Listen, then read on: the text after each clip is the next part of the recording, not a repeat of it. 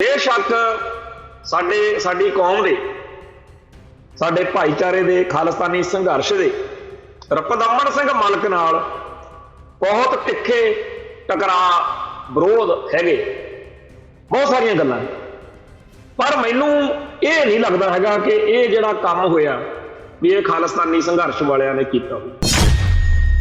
कि ये कतल इस करके कर दिता गया कि इन्हें गुरु ग्रंथ साहिब जी के पावन स्वरूपों वाला जिहड़ा मसला छेड़छाड़ का चल रहा कि ये कतल एजेंसियां ने मलक नूं बरतन मगरों एजेंसियां ने आप ही तो नहीं करवाए। जिहड़ी मलक की जायदाद जिहड़ी दौलत आ जिन्होंने लाभ होना कि ये कतल, क्योंकि आम असी बड़े हजे मामले देखे आ बई जिस परिवार का जिस घर का जी मारिया हुंदा उहदे विचों कोई गल निकले हुंदी। इन्हां सारियां संभावनावां नूं पासे करके मीडिया दे विच इक्को ही डुगडुगी खड़काई जा रही है कि जी ये खालिस्तानियां दा कीता है काम लग। जिहड़ी गल सिख जिहड़े सी उन्हां दे मन च नहीं सी वजदी, लगदी नहीं सी, उन्हां नूं दिल नूं ये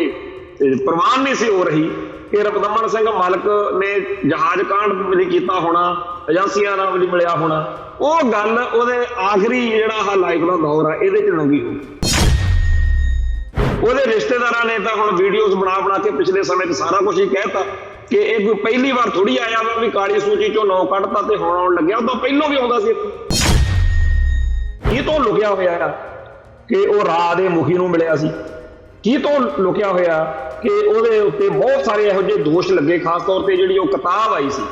सॉफ्ट टारगेट, उहदे विच जिस तरीके दे दोष उहदे उत्ते बड़े गए लगे, उन्हां दा उहने कोई चज हाल दा जिउंदे जी जवाब नहीं दिता। दीप सिद्धू की गल करदा, वो फिल्म लाइन का कलाकार सी, उन्हें आपकी निजी जिंदगी च बड़ा कुछ इहो जिहा कीता होना जिहड़ा होर बहुत सारे लोगों को चंगा ना लगता हो, पर जदों वो पंथक सफा में आया, जदों वो खालिस्तानी संघर्ष वालियां गल्लां कर लग्या, जदों उन्हें कौम के हक्कां हितां की गल करनी शुरू की तो वह कतल हो गया। उसकी जान उदों जाती जदों वो फिल्म लाइन सी तां कहानी होर होनी सी, और उसकी जान उदों गई आ, उसका कतल उदों होया, उसकी मौत उदों हुई आ जदों उसकी जिंदगी की कौम नूं लोड़ सी। सिद्धू मूसेवाला बड़े गाने गाए, असीं भी विरोध किया, माई भाग कौर वाला गीत सी जां होर बहुत सारिया गल्लां सी, सानूं उहदा अंदाज जां स्टाइल जां बड़े उहदे तो समस्या सी, पर वो जे उदों मारिया जांदा तां गल होर सी, पर वो मरिया उदों आ जदों उहने SYL वाला गीत कीता जां ओह पंथक जां खालिस्तानी सफा नूं चंगा लगन लग गया सी। बेशक गोल्डी ब्रांड एंड कंपनी ये दावा करती रहे कि असीं मारिया, लारस बिश्नोई वाला ग्रुप ने मारिया, फलाना कतल सी ये उस तरह, पर जिहड़ा उहदा कतल आ क्योंकि वो SYL नाल जुड़ जाती है गल, जां संत भिंडरां वालियां दे टैटू बनाउण वाली गल आ, जां होर कोई गल्लां उहदी करके उहदे सिखां लई अर्थ बदल जांदा। जिन्हें भी पंथ ते पंजाब प्रति जां कौम प्रति फर्ज निभाए ने जां निभा रहा है जां निभाउणे चाहुंदा, वो इस गल लई तैयार रहे कि ये सिर तली ते धर के तुरन वाला राह वा। TV 84 उत्ते प्रोग्राम खबर की खबर देख रहे सारे दर्शकों को मैं सरजीत सिंह घुमान फतेह अर्ज करदा जी। वाहिगुरू जी का खालसा, वाहिगुरू जी की फतेह। पहला दीप सिद्धू का, फिर सिद्धू मूसेवाले का, ते इवें ही हुण एक होर सिख दा रपदमन सिंह मलक का कतल होया। ते इस कतल तो बाद मीडिया दे विच जिस तरीके दीयां गल्लां बातां आ रहीआं ने, खबरां आ रहीआं ने, ते खबर लैण लई आपां बैठे हां। ਉਹਦੇ ਬਾਰੇ ਆਪਾਂ ਅੱਜ ਚਰਚਾ ਕਰਾਂਗੇ ਕਿ ਕਿਵੇਂ ਮੀਡੀਆ ਟ੍ਰਾਇਲ ਦੇ ਰਾਹੀਂ ਸਿੱਖਾਂ ਨੂੰ ਬਗੈਰ ਕਿਸੇ ਤੱਥ ਤੋਂ ਸਬੂਤ ਤੋਂ ਦੋਸ਼ੀਆਂ ਵਾਲੇ ਕਟਹਿਰੇ 'ਚ ਖੜਾ ਕਰ ਲਿਆ ਜਾਂਦਾ ਕਿ ਹੁਣ ਦੱਸੋ ਜੀ ਤੁਸੀਂ ਆਹ ਕਰਤਾ, ਤੁਸੀਂ ਉਹ ਕਰਤਾ। ਸਿੱਧੂ ਮੂਸੇਵਾਲੇ ਦੇ ਕਤਲ ਮੌਕੇ ਜਾਂ ਦੀਪ ਸਿੱਧੂ ਦੇ ਕਤਲ ਜਿਹੜਾ ਹੋਇਆ, ਐਕਸੀਡੈਂਟ ਬਣਾਇਆ ਉਹਨੂੰ ਏਜੰਸੀਆਂ ਨੇ, ਉਦੋਂ ਬੇਸ਼ੱਕ माहौल गल्लां बातां होर होण ते रपदमन सिंह मलक का केस आपां नूं वखरा लगदा होवे, मुल्क भी वखरा ते स्थितियां भी वखरियां, पर असीं ये देख रहे हां कि सारे संसार दे विच जिहड़ियां सिखां दे विच किसी भी तरीके दीयां मतलब इदां दीयां शख्सियतां ने जिन्हां दे आले दुआले कोई गल होवे हक जां खिलाफ चर्चा च होण बंदे बहुत कुछ उन्होंने यह जिहा कीता हुंदा जिहड़ा आम किसी सिख नूं चंगा नहीं लगता हो सकता। बहुत कुछ इहो जिहा हुंदा जिहड़ा चंगा लगदा हुंदा। जिवें आपां दीप सिद्धू की गल करते हैं, वो फिल्म लाइन का कलाकार सी, उन्हें आपदी निजी जिंदगी च बड़ा कुछ इहो जिहा कीता होना जिहड़ा होर बहुत सारे लोगों नूं चंगा ना लगदा होवे। पर जदों वो पंथक सफां विच आया, जदों वो खालिस्तानी संघर्ष वालीआं गल्लां करन लग्गिआ, जदों ਉਹਨੇ कौम के हक्कां हितां की गल करनी शुरू की तो ਉਹਦਾ कतल हो गया। वो जे उदों मारिया जांदा जां ਉਹਦੀ जान उदों जांदी जदों वो फिल्म लाइन सी तां कहानी होर होनी सी। पर ਉਹਦੀ जान उदों गई आ, ਉਹਦਾ कतल उदों होया, ਉਹਦੀ मौत उदों होई आ जदों ਉਹਦੀ ਜ਼ਿੰਦਗੀ ਦੀ कौम ਨੂੰ ਲੋੜ ਸੀ। ਤੇ ਜਦੋਂ ਇੰਡੀਅਨ ਏਜੰਸੀਆਂ ਨੂੰ ਜਾਂ ਭਾਰਤੀ ਹਕੂਮਤੀ ਤੰਤਰ ਨੂੰ ਉਹ ਪ੍ਰਵਾਨ ਨਹੀਂ ਸੀ। ਜਦੋਂ ਫਿਲਮਾਂ 'ਚ ਕੰਮ ਕਰਦਾ ਸੀ ਉਦੋਂ ਥੋੜੀ ਸਮੱਸਿਆ ਸੀ। ਸਮੱਸਿਆ ਤਾਂ ਉਦੋਂ ਹੋਈ ਹੈ ਨਾ ਏਜੰਸੀ ਨੈਟਵਰਕ ਨੂੰ, ਜਦੋਂ ਦੀਪ ਸਿੱਧੂ ਜਿਹੜਾ ਹੈ ਉਹ ਕੌਮ ਦੀ ਗੱਲ ਕਰਨ ਲੱਗ ਗਿਆ, ਉਦੋਂ ਮਾਰਿਆ ਗਿਆ। ਫਿਰ ਸਿੱਧੂ ਮੂਸੇਵਾਲਾ ਬੜੇ ਗਾਣੇ ਗਾਏ, ਅਸੀਂ ਵੀ ਵਿਰੋਧ ਕੀਤਾ।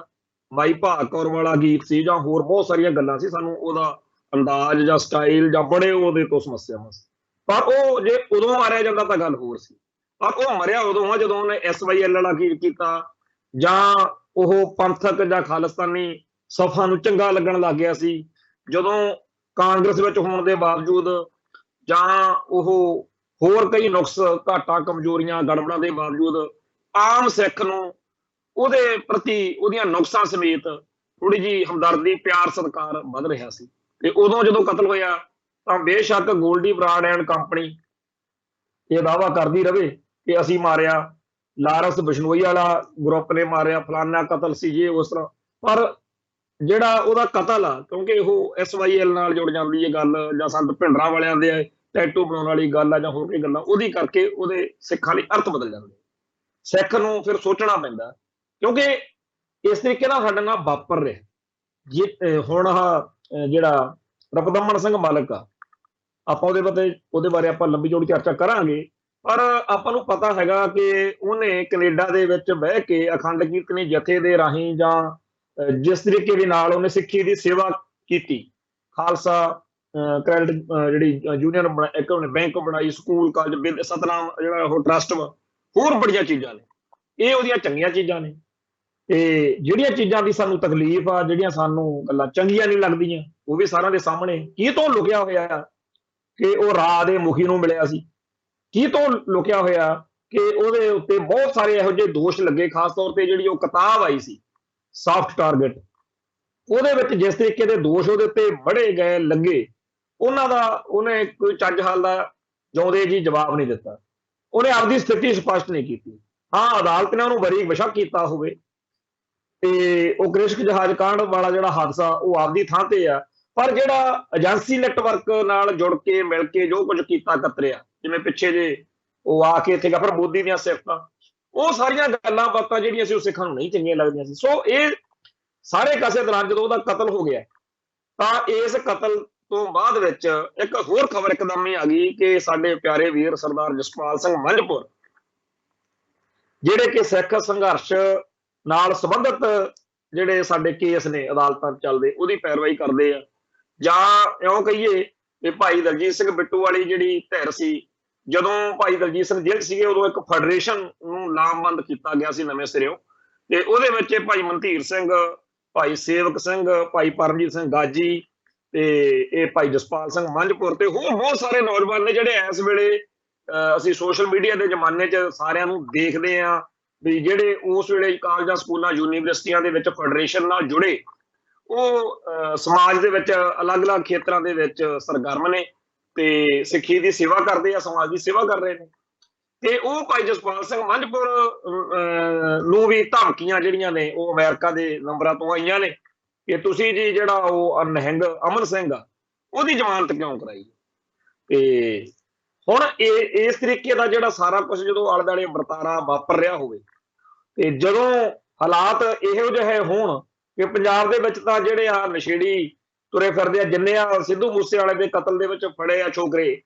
ਉਹਨਾਂ ਚੋਂ ਜਿਹਨੂੰ ਮਰਜ਼ੀ 2000 ਦੀ ਸਮੈਕ ਦੇ ਕੇ ਜਾਂ 500 ਦਾ ਚਿੱਟਾ ਦੇ ਕੇ ਜਿਹੜਾ ਕੁਝ ਮਰਜ਼ੀ ਕਰਾ ਲਓ, ਸਾਡੇ ਸਿਆਸੀ ਭਲਵਾਨਾਂ ਨੇ, ਚਾਹੇ ਉਹ ਕਾਂਗਰਸ ਸੀ, ਚਾਹੇ ਉਹ ਬਾਦਲ ਦਲ ਵਾਲਾ ਰਾਜ ਸੀ, ਤੇ ਹੁਣ ਆਮ ਆਦਮੀ ਪਾਰਟੀ ਦਾ ਰਾਜ ਆ ਤੇ ਪੰਜਾਬ ਦੀ ਧਰਤੀ ਉੱਤੇ ਜਿਵੇਂ ਬਣਾਇਆ ਪਿਆ ਵਾ ਵੀ ਹਰ 15 ਸਾਲ ਤੋਂ ਉੱਪਰ ਦੇ ਮੁੰਡੇ ਨੂੰ ਨਸ਼ੇੜੀ ਬਣਾਉਣਾ ਹੀ ਬਣਾਉਣਾ। ਜਿਵੇਂ ਕੋਈ ਪ੍ਰੋਜੈਕਟ ਚੱਲ ਰਿਹਾ ਹੋਵੇ ਵੀ ਹਰੇਕ ਘਰ ਦਾ ਘੱਟੋ ਘੱਟ ਇੱਕ ਮੈਂਬਰ ਦਾ ਆਪਾਂ ਚਿੱਟੇ ਤੇ ਲਾਉਣਾ ਨਾ। ਉਹ ਇਸ ਤਰੀਕੇ ਦੇ ਮਾਹੌਲ ਦੇ ਵਿੱਚ ਜਿਹਨੂੰ ਮਰਜ਼ੀ ਇੱਕ ਡੰਗ ਦਾ ਚਿੱਟਾ ਖਿਲਾ ਕੇ ਜਿਹੜੀ ਮਰਜ਼ੀ ਕਤਲ ਕਰਾ ਲਓ, ਜੋ ਮਰਜ਼ੀ ਉਹ ਤੋਂ ਕਰਵਾ ਲਓ, ਇਹੋ ਜਿਹਾ ਤਾਂ ਮਾਹੌਲ ਬਣਿਆ ਪਿਆ ਇੱਥੇ। ਸੋ ਜਦੋਂ ਮੈਂ ਇਹ ਸਰਦਾਰ ਜਸਪਾਲ ਸਿੰਘ ਮੰਝਪੁਰ ਵਾਲੀ ਖਬਰ ਪੜ੍ਹੀ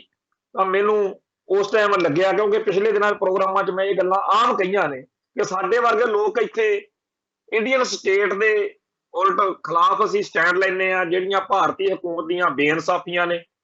ਜਿਹੜੀਆਂ ਬਦਕਾਰੀਆਂ ਨੇ, ਜਿਹੜੀ ਉੱਥੇ ਸਾਡੇ ਨਾਲ ਇਨਜਸਟਿਸ ਹੋ ਰਿਹਾ, ਉਹਦੇ ਖਿਲਾਫ ਅਸੀਂ ਬੋਲਦੇ ਕਰਦੇ ਆ। ਤੇ ਸਟੇਟ ਦੇ ਨਾਲ ਜਿਹੜਾ ਪੰਗਾ ਲੈਣਾ ਉਹ ਵੀ ਇੱਥੇ ਇਸ ਧਰਤੀ ਤੇ ਬੈਠ ਕੇ, ਤੇ ਇਹ ਜਦੋਂ ਮਰਜ਼ੀ ਜੋ ਮਰਜ਼ੀ ਅਗਲੇ ਕਰਵਾ ਸਕਦੇ। ਬੀਤੇ ਦੌਰ ਦੇ ਵਿੱਚ ਵੀ ਬਹੁਤ ਸਾਰੇ ਇਹੋ ਜਿਹੇ ਕੈਟ ਆਊਟ ਸਰਗਰਮ ਰਹੇ। ਜਦੋਂ ਅਸੀਂ ਸਿੱਖ ਸੰਘਰਸ਼ ਦੇ ਬਾਰੇ ਦੇਖਦੇ ਕਰਦੇ ਆ ਉਦੋਂ ਬੜਾ ਕੁਝ ਸਾਡੇ ਸਾਹਮਣੇ ਆਉਂਦਾ, ਤੇ ਹੁਣ ਤਾਂ ਕਈ ਕੈਟ ਆਊਟ ਜਿਹੜੇ ਨੇ ਉਹ ਮੀਡੀਆ ਦੇ ਵਿੱਚ ਆ ਕੇ ਬੜੀਆਂ ਭੜਕਾਈਆਂ ਵੀ ਮਾਰਦੇ ਆ ਬਈ ਅਸੀਂ ਜੀ ਐ ਕੀਤਾ ਉਹ ਕੀਤਾ। ਤੇ ਉਸ ਦੌਰ ਬਾਰੇ ਜਾਂ ਅੱਜ ਦੇ ਦੌਰ ਬਾਰੇ ਜਾਂ ਹੁਣ ਦੇ ਇਸ ਮਾਹੌਲ ਬਾਰੇ ਮੇਰਾ ਮਨ ਬੜਾ ਸਪਸ਼ਟ ਵਾ ਕਿ ਜਿੱਥੇ ਵੀ ਕੋਈ ਮਰਜ਼ੀ ਸਿੱਖ ਹੈ, ਜਿਹਨੇ ਵੀ ਪੰਥ ਤੇ ਪੰਜਾਬ ਪ੍ਰਤੀ ਜਾਂ ਕੌਮ ਪ੍ਰਤੀ ਫਰਜ਼ ਨਿਭਾਏ ਨੇ ਜਾਂ ਨਿਭਾ ਰਿਹਾ ਹੈ ਜਾਂ ਨਿਭਾਉਣੇ ਚਾਹੁੰਦਾ, ਉਹ ਇਸ ਗੱਲ ਲਈ ਤਿਆਰ ਰਵੇ ਕਿ ਇਹ ਸਿਰ ਤਲੀ ਤੇ ਧਰ ਕੇ ਤੁਰਨ ਵਾਲਾ ਰਾਹ ਵਾ। ਮੈਨੂੰ ਇਹ ਗੱਲ ਕਹਿਣ ਦੀ ਇਜਾਜ਼ਤ ਦਿਓ ਕਿ ਬੇਸ਼ੱਕ ਸਾਡੀ ਕੌਮ ਦੇ, ਸਾਡੇ ਭਾਈਚਾਰੇ ਦੇ, ਖਾਲਿਸਤਾਨੀ ਸੰਘਰਸ਼ ਦੇ ਰਪਦਮਨ ਸਿੰਘ ਮਲਕ ਨਾਲ ਬਹੁਤ ਤਿੱਖੇ ਟਕਰਾਅ ਵਿਰੋਧ ਹੈਗੇ, ਬਹੁਤ ਸਾਰੀਆਂ ਗੱਲਾਂ ਨੇ, ਪਰ ਮੈਨੂੰ ਇਹ ਨਹੀਂ ਲੱਗਦਾ ਹੈਗਾ ਕਿ ਇਹ ਜਿਹੜਾ ਕੰਮ ਹੋਇਆ ਵੀ ਇਹ ਖਾਲਿਸਤਾਨੀ ਸੰਘਰਸ਼ ਵਾਲਿਆਂ ਨੇ ਕੀਤਾ ਹੋਊ, ਖਾਲਿਸਤਾਨੀ ਸਫਾ ਨੇ ਕੀਤਾ ਹੋਊ। ਉਹਦੇ ਕਾਰਨ ਨੇ ਜਿਹੜੇ ਆਪਾਂ ਹੁਣ ਸਾਂਝੇ ਕਰਦੇ। ਖਾਲਿਸਤਾਨੀ ਸਫਾ ਦੇ ਸਿਰ ਇਹ ਗੱਲ ਮੜ ਕੇ ਪਿਛਲੇ 24 ਘੰਟਿਆਂ ਤੋਂ ਮੀਡੀਆ ਟ੍ਰਾਇਲ ਕੀਤਾ ਜਾ ਰਿਹਾ, ਜਦੋਂ ਕਿ ਸਭ ਤੋਂ ਘੱਟ ਜਿਹੜਾ ਹੈ ਉਹ ਇਸ ਬਸ ਵਾਲੇ ਪਾਸੇ ਵੀ ਖਾਲਿਸਤਾਨੀ ਨੇ ਕਤਲ ਕੀਤਾ, ਇਸ ਗੱਲ ਵਾਲੇ ਪਾਸੇ ਸਭ ਤੋਂ ਘੱਟ ਵਜਨ, ਬਾਕੀ ਪਾਸੇ ਜ਼ਿਆਦਾ ਵਜਨ। ਹੁਣ ਕਿਹਾ ਜਾ ਸਕਦਾ ਹੈ ਵੀ ਕੀ ਇਹ ਕਤਲ ਖਾਲਿਸਤਾਨੀਆਂ ਨੇ ਕੀਤਾ ਕਿ ਇਹਨੇ ਲਹਿਰ ਨਾਲ ਗਦਾਰੀ ਕੀਤੀ, ਪਰ ਸਵਾਲ ਤਾਂ ਇਹ ਵੀ ਹੈ ਕਿ ਕੀ ਇਹ ਕਤਲ ਇਸ ਕਰਕੇ ਕਰ ਦਿੱਤਾ ਗਿਆ ਕਿ ਇਹਨੇ ਗੁਰੂ ਗ੍ਰੰਥ ਸਾਹਿਬ ਜੀ ਦੇ ਪਾਵਨ ਸਰੂਪਾਂ ਵਾਲਾ ਜਿਹੜਾ ਮਸਲਾ ਛੇੜਛਾੜ ਦਾ ਚੱਲ ਰਿਹਾ, ਤੇ ਕਿਤੇ ਇਹ ਤਾਂ ਨਹੀਂ ਕਿ ਇਸ ਕਤਲ ਦੇ ਪਿੱਛੇ ਰਪਦਮਨ ਸਿੰਘ ਮਲਕ ਦਾ ਕੋਈ ਆਪਦਾ ਵਪਾਰਕ ਝਗੜਾ ਹੋਵੇ, ਕਿਉਂਕਿ ਉਹਦੇ ਬਹੁਤ ਵੱਡੇ ਕਾਰੋਬਾਰ ਨੇ, ਬੜੀਆਂ ਵੱਡੀਆਂ ਗੱਲਾਂ ਨੇ। ਕੀ ਪਤਾ ਕਿੱਥੇ ਕੀ ਹੋਇਆ ਜਿਹਦੇ ਵਿੱਚ ਕੋਈ ਵਪਾਰਕ ਲੈਣ ਦੇਣ ਦੇ ਵਿੱਚ ਕੋਈ ਚੱਕਰ ਚੱਲਿਆ ਹੋਵੇ, ਕਿਉਂਕਿ ਵੱਡੀਆਂ ਫਰਮਾਂ ਦੇ ਵੱਡੇ ਰੌਲੇ ਹੁੰਦੇ ਆ,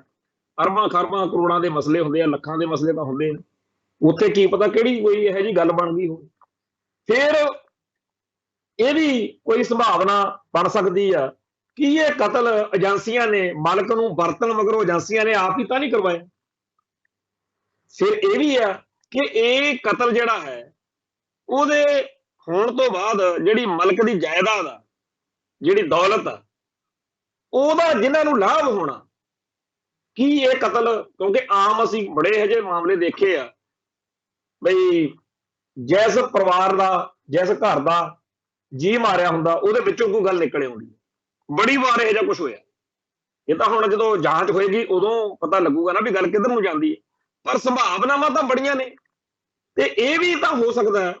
ਕਿ ਇਹ ਰੇਡੀਆ ਦਾ ਜਿਹੜਾ ਹਾਦਸਾ ਉਹਦੇ ਵਿੱਚ ਜਦੋਂ 329 ਮੁਸਾਫਰ ਜਾਂ ਲੋਕ ਮਾਰੇ ਗਏ, ਤੇ ਉਹ ਜਿਹੜੇ ਮਾਰੇ ਗਏ ਲੋਕ ਨੇ ਉਹਨਾਂ ਦੇ ਜਿਹੜੇ ਵਾਰਸ ਨੇ, ਜਿਹੜੇ ਪੀੜਤ ਅਫੈਕਟਡ ਫੈਮਲੀਜ਼ ਨੇ, ਉਹਨਾਂ ਦੇ ਮਨਾਂ ਦੇ ਵਿੱਚ ਇਹ ਖੁੰਦਕ ਆ ਸਕਦੀ ਆ ਕਿ ਅਦਾਲਤਾਂ ਨੇ ਬੇਸ਼ੱਕ ਬਰੀ ਕਰ ਦਿੱਤਾ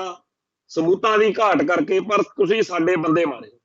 ਇਹ ਉਹਨਾਂ ਦੇ ਮਨ ਵਿੱਚ ਜ਼ਹਿਰ, ਇਹ ਨਫ਼ਰਤ ਤੇ ਕੜਤਣ ਹੋ ਸਕਦੀ ਹੈ, ਤੇ ਉਹਦਾ ਬਦਲਾ ਲੈਣ ਲਈ ਉਹ ਕਿਸੇ ਨੇ ਕੋਈ ਖੇਡ ਤਾਂ ਨਹੀਂ ਖੇਡਤੀ, ਜਾਂ ਜਿਹੜੀਆਂ ਭਾਰਤੀ ਖੁਫੀਆ ਏਜੰਸੀਆਂ ਨੇ ਉਹਨਾਂ ਨੇ ਕਿਸੇ ਇਹੋ ਜਿਹੇ ਪੀੜਤ ਪਰਿਵਾਰ ਨੂੰ ਜਾਂ ਕਿਸੇ ਇਹੋ ਜਿਹੇ ਬੰਦੇ ਨੂੰ ਕਿ ਤੇਰਾ ਪਿਓ ਮਾਰਤਾ ਸੀ, ਤੇਰੀ ਮਾਂ ਮਾਰਤੀ ਸੀ, ਤੇਰਾ ਆਹ ਕਰਤਾ ਸੀ, ਉਹ ਤੋਂ ਵੀ ਉਹ ਏਜੰਸੀਆਂ ਕਤਲ ਕਰਾ ਸਕਦੀਆਂ ਜੇ ਆਪ ਨਹੀਂ ਕਰਨਾ। ਤਾਂ ਇਹ ਜਿਹੜਾ ਸਾਰਾ ਅੱਡ ਅੱਡ ਕਾਰਨ ਨੇ, ਬੜੀਆਂ ਸੰਭਾਵਨਾਵਾਂ ਨੇ। ਹਜੇ ਇਹਨਾਂ ਤੋਂ ਇਹ ਤਾਂ ਚਲੋ ਆਪਾਂ ਜਨਰਲ ਜਿਹੀਆਂ ਗੱਲਾਂ ਕਰਦੇ, ਪਰ ਇਹਨਾਂ ਸਾਰੀਆਂ ਸੰਭਾਵਨਾਵਾਂ ਨੂੰ ਪਾਸੇ ਕਰਕੇ ਮੀਡੀਆ ਦੇ ਵਿੱਚ ਇੱਕੋ ਹੀ ਡੁਗਡੁਗੀ ਖੜਕਾਈ ਜਾ ਰਹੀ ਹੈ ਕਿ ਜੀ ਇਹ ਤਾਂ ਖਾਲਿਸਤਾਨੀਆਂ ਦਾ ਕੀਤਾ ਹੋਇਆ ਕੰਮ ਲੱਗਦਾ। ਰਪਦਮਨ ਸਿੰਘ ਮਲਕ ਜਿਹੜਾ ਹੈ ਉਹ ਅਖੰਡ ਕੀਰਤਨੀ ਜਥੇ ਨਾਲ ਸੰਬੰਧਿਤ ਹੋ ਕੇ 1980 ਤੋਂ ਬਾਅਦ ਵਿੱਚ ਜਿਸ ਤਰੀਕੇ ਨਾਲ ਜਥੇਦਾਰ ਤਲਵਿੰਦਰ ਸਿੰਘ ਪਰਿਵਾਰ ਨਾਲ ਮੇਲ ਮਿਲਾਪ ਰੱਖ ਕੇ, ਕੌਮ ਦੇ ਸੇਵਾਦਾਰਾਂ ਨਾਲ ਸਾਂਝ ਰੱਖ ਕੇ ਉਸ ਪੰਥਕ ਪਿੰਡ ਵਿੱਚ ਵਿਚਰਿਆ, ਉਹ ਵੀ ਸਾਡੇ ਸਾਹਮਣੇ ਹੋਣੀ ਚਾਹੀਦੀ ਹੈ ਸਾਰੀ ਗੱਲ। ਦੂਸਰੀ ਗੱਲ ਇਹ ਕਿ ਉਹਦਾ ਕਤਲ ਹੋ ਗਿਆ, ਪਰ ਇਹੋ ਜਿਹਾ ਕਤਲ ਇੰਗਲੈਂਡ ਦੇ ਵਿੱਚ ਸਰਦਾਰ ਤਰਸੇਮ ਸਿੰਘ ਕੁਰੇਵਾਲ ਜਿਹੜੇ ਦੇਸ਼ ਪ੍ਰਦੇਸ਼ ਅਖਬਾਰ ਕੱਢਦੇ ਸੀ ਤੇ ਮਾਲਕ ਵੀ ਸੀ, ਉਹਦੇ ਐਡੀਟਰ ਵੀ ਸੀ, ਉਹਨਾਂ ਦਾ ਵੀ ਹੋਇਆ। ਉਹਦਾ ਵੀ ਬਾਅਦ ਵਿੱਚ ਕੁਝ ਨਹੀਂ ਪਤਾ ਲੱਗਿਆ ਵੀ ਕੀ ਕਹਾਣੀ। ਇਵੇਂ ਹੀ ਇੰਡੋ ਕੈਨੇਡੀਅਨ ਟਾਈਮਜ਼ ਅਖਬਾਰ ਸੀਗਾ, ਉਹਦੇ ਸੰਪਾਦਕ ਸਰਦਾਰ ਤਾਰਾ ਸਿੰਘ ਹੇਅਰ, ਉਹਦੇ ਕਤਲ ਦੀ ਵੀ ਅਜੇ ਤੱਕ ਕੋਈ ਹਕੀਕਤ ਸਾਹਮਣੇ ਨਹੀਂ ਆਈ। ਤੇ ਇਵੇਂ ਹੀ ਹੋ ਸਕਦਾ ਰਪਦਮਨ ਸਿੰਘ ਮਲਕ ਵਾਲਾ ਮਾਮਲਾ ਵੀ ਲੰਘਿਆ ਰਵੇ। ਤੇ ਇਸੇ ਕਰਕੇ ਅਸੀਂ ਕਹਿੰਦੇ ਆ ਕਿ ਹਕੀਕਤ, ਸੱਚਾਈ ਸਾਹਮਣੇ ਕੈਨੇਡਾ ਦੀ ਸਰਕਾਰ ਨੂੰ, ਪੁਲਿਸ ਨੂੰ ਲਿਆਉਣੀ ਚਾਹੀਦੀ ਹੈ ਤੇ ਬਗੈਰ ਕਿਸੇ ਲੋੜ ਤੋਂ, ਬਗੈਰ ਕਿਸੇ ਗੱਲ ਤੋਂ ਸਿੱਖਾਂ ਨੂੰ, ਖਾਲਿਸਤਾਨੀਆਂ ਨੂੰ ਇਸ ਗੱਲ ਲਈ ਉਸ ਤੋਂ ਪਹਿਲਾਂ ਹੀ ਬਦਨਾਮ ਨਹੀਂ ਕਰਨਾ ਚਾਹੀਦਾ। ਤੇ ਇੱਕ ਗੱਲ ਇੱਥੇ ਆਪਾਂ ਚੇਤੇ ਰੱਖੀਏ ਕਿ ਜਦੋਂ ਤਾਰਾ ਸਿੰਘ ਹੇਅਰ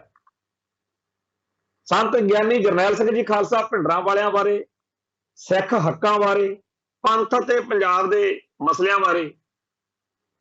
ਸਿੱਖ ਨਜ਼ਰੀਏ ਅਨੁਸਾਰ ਲਿਖਦਾ ਬੋਲਦਾ ਰਿਹਾ, ਉਹਦੀ ਇੱਕ ਕਿਤਾਬ ਵੀ ਆਈ ਹੋਈ ਹੈ ਇੱਥੇ, ਉਹ 'ਚ ਬਹੁਤ ਸਾਰੇ ਉਹਦੇ ਲੇਖ ਨੇ ਜਿਨ੍ਹਾਂ ਵਿੱਚ ਉਹਨਾਂ ਨੇ ਸੰਤ ਭਿੰਡਰਾਂ ਵਾਲਿਆਂ ਦਾ ਤੇ ਸਿੱਖ ਸੰਘਰਸ਼ ਦਾ ਸਹੀ ਪੱਖ ਪੇਸ਼ ਕੀਤਾ ਹੋਇਆ। ਕਿਤਾਬ ਦਾ ਇੱਥੇ ਜਿਹੜਾ ਨਾਂ ਆ, ਮੈਂ ਬੰਬ ਬਣਾਉਂਦਾ ਹਾਂ, ਕਿਉਂਕਿ ਸੰਤ ਭਿੰਡਰਾਂ ਵਾਲਿਆਂ ਦੇ ਇਹ ਬੋਲ ਸੀ ਕਿ ਜਿਹੜੇ ਕਹਿੰਦੇ ਆ ਕਿ ਤੁਸੀਂ ਉੱਥੇ ਜੀ ਫੈਕਟਰੀ ਲਾਈ ਹੋਈ ਆ, ਫੈਕਟਰੀ ਦਾ ਭਾਈ ਆਹੀ ਆ ਵੀ ਆ ਜਿਹੜੇ ਅਮਰਧਾਰੀ ਗੁਰਸਿੱਖ ਨੇ, ਜਿਹੜੇ ਪੰਥ ਤੇ ਕੌਮ ਲਈ ਸਿਰਾਂ ਤੇ ਖੱਪਣ ਬੰਨੀ ਫਿਰਦੇ ਆ, ਫਿਰ ਤੁਰਦੇ ਫਿਰਦੇ ਬੰਬ ਹੀ ਨੇ ਸਾਡੇ। ਤੋ ਇਹ ਗੱਲ ਦੇ ਉੱਤੇ ਉਹਨੇ ਕਿਤਾਬ ਦਾ ਨਾਮ ਰੱਖਤਾ ਕਿ ਮੈਂ ਬੰਬ ਬਣਾਉਂਦਾ। ਤੋ ਜਿੰਨਾ ਟਾਈਮ ਉਹ ਜਥੇਦਾਰ ਸਰਦਾਰ ਤਾਰਾ ਸਿੰਘ ਹੇਅਰ ਸਿੱਖ ਨਜ਼ਰੀਏ ਅਨੁਸਾਰ ਮੇਲ ਮਿਲਾਪ ਰੱਖ ਕੇ ਇਧਰਲੇ ਪਾਸੇ ਵਾਲੀ ਸੌਰ ਵਿੱਚ ਲਿਖਦਾ ਬੋਲਦਾ ਰਿਹਾ, ਉਹਨਾਂ ਟਾਈਮ ਉਹਨੂੰ ਭਾਰਤੀ ਏਜੰਸੀਆਂ ਨੇ, ਹਿੰਦੂ ਕੱਟੜਪੰਥੀਆਂ ਨੇ, ਪੰਥ ਅਤੇ ਪੰਜਾਬ ਦੇ ਦੁਸ਼ਮਣਾਂ ਨੇ ਰੱਜ ਕੇ ਭੰਡਿਆ। ਖਾਸ ਤੌਰ ਤੇ ਕਾਮਰੇਡ ਲਾਣੇ ਨੇ ਤਾਂ ਉਹਦਾ ਜਲੂਸ ਕੱਢੀ ਰੱਖਿਆ। ਫਿਰ ਉਹਨੇ ਵਫਾਦਾਰੀ ਬਦਲ ਲਈ, ਟਰੈਕ ਬਦਲ ਲਿਆ। ਕਿਵੇਂ ਹੋਇਆ, ਕਾਹਤੋਂ ਹੋਇਆ, ਉਹਨੂੰ ਛੱਡੋ, ਪਰ ਉਹਨੇ ਜਦੋਂ ਰਾਹ ਦੂਜਾ ਫੜ ਲਿਆ ਫਿਰ ਉਹਦੇ ਵੱਲ ਹੋ ਗਏ ਸਾਰੇ ਇਹ ਕਾਮਰੇਡ, ਫਿਰ ਇਹ ਭਾਰਤੀ ਪੰਥ ਤੇ ਪੰਜਾਬ ਦੇ ਜਿੰਨੇ ਦੁਸ਼ਮਣ। ਫਿਰ ਤਾਂ ਕਹਿਣ, ਜਦੋਂ ਮਰਿਆ ਫਿਰ ਕਹਿਣ ਜੀ ਇਹ ਤਾਂ ਬਹੁਤ ਹੀ ਬੀਬਾ ਬੰਦਾ ਸੀ, ਇਹ ਤਾਂ ਕਮਾਲ ਦਾ ਬੰਦਾ ਸੀ, ਇਹਦੇ ਵਰਗਾ ਬੰਦਾ ਤਾਂ ਲੱਭਣਾ ਹੀ ਨਹੀਂ, ਇਹਨੂੰ ਮਾਰਨ ਵਾਲੇ ਬੜੇ ਮਾੜੇ। ਤੇ ਉਦੋਂ ਜਦੋਂ ਉਹ ਸੰਤ ਭਿੰਡਰਾਂ ਵਾਲਿਆਂ ਬਾਰੇ, ਸਿੱਖ ਸੰਘਰਸ਼ ਦੇ ਹੱਕ 'ਚ ਲਿਖਦਾ ਬੋਲਦਾ ਸੀ, ਉਦੋਂ ਕਹਿੰਦੇ ਸੀ ਇਹਨੂੰ ਛੇਤੀ ਮਾਰਨਾ ਚਾਹੀਦਾ, ਇਹਦਾ ਬੜਾ ਮਾੜਾ ਬੰਦਾ। ਇਹੋ ਹੀ ਗੱਲ ਹੋਰ ਬੜਿਆਂ ਬਾਰੇ ਹੋਈ ਆ। ਤੇ ਹੁਣ ਜਦੋਂ ਰਪਦਮਨ ਮਲਕ ਜਿਹੜਾ ਹੈ ਉਹਦੀ ਮੌਤ ਹੋ ਗਈ ਹੈ, ਤਾਂ ਜਿਵੇਂ ਇਹ ਕਾਮਰੇਡ, ਜਿਵੇਂ ਇਹ ਜਿਹੜੇ ਭਾਰਤ ਪੱਖੀ ਲੋਕ ਨੇ, ਹਿੰਦੂ ਕੱਟੜਪੰਥੀ ਨੇ ਜਾਂ ਪੰਥ ਤੇ ਪੰਜਾਬ ਦੇ ਦੁਸ਼ਮਣ ਨੇ, ਹੁਣ ਇਹਨਾਂ ਨੇ ਫੇਰ ਕਹਿਣਾ ਵੀ ਇਹ ਤਾਂ ਜੀ ਮੋਦੀ ਸਾਹਿਬ ਨੂੰ ਚਿੱਠੀਆਂ ਲਿਖਦਾ ਹੁੰਦਾ ਸੀ, ਇਹ ਤਾਂ ਜੀ ਬੜਾ ਹੀ ਵਧੀਆ ਬੰਦਾ ਸੀਗਾ, ਇਹ ਤਾਂ ਸ਼ਾਂਤੀ ਦਾ ਦੇਵਤਾ ਸੀਗਾ ਜੀ, ਇਹ ਤਾਂ ਮਾਰਨ ਵਾਲੇ ਬੜੇ ਮਾੜੇ ਨੇ। ਹਾਲਾਂਕਿ ਇਹੀ ਬੰਦੇ ਆ ਜਿਹੜੇ ਕਹਿੰਦੇ ਸੀਗੇ ਕਿ ਇਹ ਤਾਂ ਜੀ ਬੱਬਰ ਖਾਲਸਾ ਦਾ ਖਾਸ ਬੰਦਾ, ਇਹ ਤਾਂ ਜੀ ਉਹਨਾਂ ਨੂੰ ਭਾਈ ਤਲਵਿੰਦਰ ਸਿੰਘ ਬੱਬਰ ਹੁਣਾਂ ਨੂੰ ਮਾਇਆ ਦਿੰਦਾ ਰਿਹਾ, ਇਹਨੇ ਤਾਂ ਜੀ ਕਨਿਸ਼ਕ ਜਹਾਜ਼ ਕਾਂਡ ਕਰਾਤਾ, ਇਹਨੇ ਤਾਂ ਜੀ ਬਹੁਤ ਗਲਤ ਕੀਤਾ ਤੇ ਇਹਨੂੰ ਤਾਂ ਛੇਤੀ ਤੋਂ ਛੇਤੀ ਫਾਹੇ ਲਾਓ। ਤੇ ਅਸੀਂ ਉਹ ਦਿਨ ਵੀ ਦੇਖੇ ਆ ਜਦੋਂ ਸਿੱਖ ਸੰਗਤਾਂ ਅਰਦਾਸਾਂ ਕਰਦੀਆਂ ਸੀ, ਸੱਚੇ ਪਾਤਸ਼ਾਹ ਸਾਡੀ ਕੌਮ ਤੇ ਕਲੰਕ ਲੱਗਿਆ ਜਿਹੜਾ ਕਨਿਸ਼ਕ ਜਹਾਜ਼ ਕਾਂਡ ਦਾ, ਇਹ ਲੈ ਜੀ। ਅਸੀਂ 2005 ਦੇ ਵਿੱਚ ਅੰਮ੍ਰਿਤਸਰ ਦੇ ਵਿੱਚ ਗੁਰਦੁਆਰਾ ਸੰਤੋਖਸਰ ਸਾਹਿਬ ਦੇ ਵਿੱਚ ਇੱਕ ਸ਼ੁਕਰਾਨਾ ਦਿਵਸ ਮਨਾਇਆ ਸੀ, ਜਦੋਂ ਇਸ ਕਨਿਸ਼ਕ ਜਹਾਜ਼ ਕਾਂਡ ਦੇ ਫੈਸਲੇ ਤੋਂ ਬਾਅਦ ਇਹ ਸਾਰੇ ਰਪਦਮਨ ਸਿੰਘ ਮਲਕ ਹੁਣੀ ਬਰੀ ਹੋਏ, ਬਾਗੜੀ ਹੁਣੀ ਬਰੀ ਹੋਏ। ਮੈਂ ਖੁਦ ਅਜੈਬ ਸਿੰਘ ਬਾਗੜੀ ਦੇ ਪਿੰਡ ਜਲੰਧਰ ਨਕੋਦਰ ਵਾਲੀ ਸਾਈਡ ਨੂੰ ਸੀਗਾ, ਉੱਥੇ ਮੈਂ ਖੁਦ ਬੱਸ ਤੇ ਗਿਆ, ਉਹਨਾਂ ਦੇ ਘਰੇ ਉਹਨਾਂ ਨੇ ਪ੍ਰੋਗਰਾਮ ਕਰਾਇਆ, ਜਦੋਂ ਉਹਨਾਂ ਦੇ ਘਰਦਿਆਂ ਨੇ। ਮੈਂ ਖੁਦ ਫਿਰੋਜ਼ਪੁਰ ਉਹਦੇ ਜਿਹੜਾ ਉਹਦਾ ਘਰ ਵਾ ਰਪਦਮਨ ਸਿੰਘ ਮਲਕ ਦਾ, ਉੱਥੇ ਕੋਈ ਬੀਬੀ ਮਿਲੀ ਸੀ, ਉਹਨਾਂ ਦੇ ਕੋਲ ਵੀ ਜਾ ਕੇ ਆਇਆ ਉਹਨਾਂ ਦਿਨਾਂ 'ਚ। ਸਾਨੂੰ ਉਦੋਂ ਇਸ ਗੱਲ ਨਾਲ ਕੋਈ ਮਤਲਬ ਨਹੀਂ ਸੀ ਕਿ ਬਾਗੜੀ ਕੌਣ ਆ ਤੇ ਰਪਦਮਨ ਮਲਕ ਕੌਣ ਆ। ਸਾਡੀ ਕੌਮ ਤੇ ਜੋ ਕਲੰਕ ਲੱਗ ਰਿਹਾ ਸੀ ਕਿ ਇਹਨਾਂ ਨੇ ਬੇਦੋਸ਼ੇ ਬੰਦੇ ਮਾਰ ਤੇ ਅਸੀਂ ਉਦੋਂ ਅਰਦਾਸਾਂ ਵੀ ਕੀਤੀਆਂ ਤੇ ਸ਼ੁਕਰਾਨਾ ਕੀਤਾ ਸੱਚੇ ਪਾਤਸ਼ਾਹ ਦਾ ਕਿ ਇਹ ਕੇਸ ਸਾਡੇ ਕੋਲੋਂ ਲੈ ਗਿਆ। ਇਹ ਸਾਡੀ ਕਰਤੂਤ ਨਹੀਂ ਹੈ, ਇਹ ਦੁਨੀਆ ਨੂੰ, ਇਤਿਹਾਸ ਨੂੰ ਉਸ ਅਦਾਲਤ ਦੇ ਫੈਸਲੇ ਨੇ ਦੱਸ। ਹੁਣ ਗੱਲ ਫੇਰ ਉਹੀ ਆ ਜਾਂਦੀ ਆ ਕਿ ਜਿਹੜੇ ਸਿੱਖੀ ਨੂੰ ਤੇ ਸਿੱਖਾਂ ਨੂੰ ਭੰਡਦੇ ਆ, ਜਿਹੜੇ ਪੰਥ ਤੇ ਪੰਜਾਬ ਦੇ ਹੱਕਾਂ ਹਿੱਤਾਂ ਲਈ ਲੜਨ ਵਾਲਿਆਂ ਨੂੰ ਭੰਡਦੇ ਆ, ਉਹ ਉਦੋਂ ਕਹਿੰਦੇ ਸੀ ਹਾਏ ਹਾਏ ਜੀ ਇਹ ਰਪਦਮਨ ਸਿੰਘ ਮਲਕ ਨੂੰ ਛੱਡ ਕਾਹਤੋਂ ਦਿੱਤੇ, ਇਹਨਾਂ ਨੂੰ ਫਾਹੇ ਲਾਓ। ਹੁਣ ਜਦੋਂ ਉਹਨਾਂ ਦੀ ਜਾਨ ਚਲੀ ਗਈ, ਜਦੋਂ ਉਹ ਮਾਰੇ ਗਏ, ਤਾਂ ਹੁਣ ਇਹ ਲੋਕ ਕਹਿੰਦੇ ਆ ਜੀ ਇਹਨੂੰ ਮਾਰਨ ਵਾਲੇ ਬੜੇ ਮਾੜੇ ਆ, ਕਿਉਂਕਿ ਹੁਣ ਤਾਂ ਜੀ ਇਹ ਮੋਦੀ ਦਾ ਭਗਤ ਬਣ ਗਿਆ ਸੀ। ਹੁਣ ਤਾਂ ਰਾਹ ਵਾਲਿਆਂ ਨਾਲ ਉਹਦੀ ਆੜੀ ਪੈ ਗਈ ਸੀਗੀ, ਹੁਣ ਤਾਂ ਏਜੰਸੀਆਂ ਨਾਲ ਮਿਲ ਕੇ ਚੱਲਦਾ ਸੀਗਾ ਜੀ। ਹੱਦ ਹੋ ਗਈ। ਇਹ ਲੋਕ, ਇਹ ਕਾਮਰੇਡ, ਇਹ ਐਂਟੀ ਪੰਥਕ ਲੋਕ, ਇਹ ਕਿਹੜੇ ਹਿਸਾਬ ਕਿਤਾਬ 'ਚ ਤੁਰੇ ਫਿਰਦੇ ਆ? ਕੀ ਇਹ ਮਾਮਲਾ ਹੈ? ਤੋਂ ਇਸ ਗੱਲ ਵਿੱਚ ਆਪਾਂ ਨੂੰ ਸਾਰੇ ਪੱਖ ਰੱਖਣੇ ਚਾਹੀਦੇ ਆ ਕਿ ਜਿੰਨਾ ਟਾਈਮ ਇਹ ਸਾਰੀ ਹਕੀਕਤ ਸਾਹਮਣੇ ਨਹੀਂ ਆ ਜਾਂਦੀ, ਉਹਨਾਂ ਟਾਈਮ ਬਗੈਰ ਗੱਲ ਤੋਂ, ਬਗੈਰ ਲੋੜ ਤੋਂ ਕਿ ਇਹ ਤਾਂ ਖਾੜਕੂਆਂ ਨੇ ਕੀਤਾ, ਇਹ ਤਾਂ ਖਾਲਿਸਤਾਨੀਆਂ ਨੇ ਕੀਤਾ, ਇਹ ਗੱਲ ਮਨਜ਼ੂਰ ਨਹੀਂ ਕੀਤੀ ਜਾਣੀ ਚਾਹੀਦੀ। ਸਿੱਖ ਸਮਾਜ ਨੂੰ ਇਸ ਗੱਲ ਦਾ ਠੋਕਵਾਂ ਵਿਰੋਧ ਕਰਨਾ ਚਾਹੀਦਾ ਤੇ ਉਹ ਲੋਕ ਜਿਹੜੇ ਐਵੇਂ ਮਨੋਕਲਪਤ ਗਪੋੜੇ ਛੱਡੀ ਜਾਂਦੇ ਆ ਕਿ ਜੀ ਇਹ ਤਾਂ ਇਹਨਾਂ ਨੇ ਕੀਤਾ, ਉਹਨਾਂ ਨੂੰ ਹਰ ਥਾਂ ਦੇ ਉੱਤੇ ਉਹਨਾਂ ਦਾ ਵਿਰੋਧ ਹੋਣਾ ਚਾਹੀਦਾ। ਜਦੋਂ ਜਿਹੜਾ ਕੈਨੇਡਾ ਦੀਆਂ ਜਿਹੜੀਆਂ ਉੱਥੋਂ ਦੀਆਂ ਪੜਤਾਲੀਆ ਏਜੰਸੀਆਂ ਨੇ, RCMP ਜਾਂ ਉੱਥੋਂ ਦਾ ਜਿਹੜਾ ਪੜਤਾਲੀਆ ਵਿਭਾਗ ਪੁਲਿਸ ਜੋ ਵੀ ਹੈ ਉੱਥੇ, ਜਦੋਂ ਉਹ ਕਿਸੇ ਨਤੀਜੇ ਤੇ ਪਹੁੰਚਣ, ਕਿਸੇ ਗੱਲ ਨੂੰ ਕਰਨ, ਤਾਂ ਫੇਰ ਤਾਂ ਕੋਈ ਗੱਲ ਬਣਦੀ ਹੈ। ਬਗੈਰ ਕਿਸੇ ਸਬੂਤ ਤੋਂ, ਬਗੈਰ ਕਿਸੇ ਗੱਲ ਤੋਂ ਸਿੱਖਾਂ ਨੂੰ ਟਾਰਗੇਟ ਕਰਨਾ, ਮੀਡੀਆ ਦੇ ਰਾਹੀਂ ਬਦਨਾਮ ਕਰਨਾ, ਔਰ ਬਹੁਤ ਸਾਰੇ ਲੋਕ ਇਸ ਗੱਲ ਦੇ ਉੱਤੇ ਪੂਰੀ ਮਿਹਨਤ ਕਰ ਰਹੇ ਨੇ ਕਿ ਸਿੱਖਾਂ ਨੂੰ ਮੀਡੀਆ ਦੇ ਵਿੱਚ ਇਸ ਗੱਲ ਲਈ ਬਦਨਾਮ ਕੀਤਾ ਜਾਵੇ। ਇਹ ਗੱਲ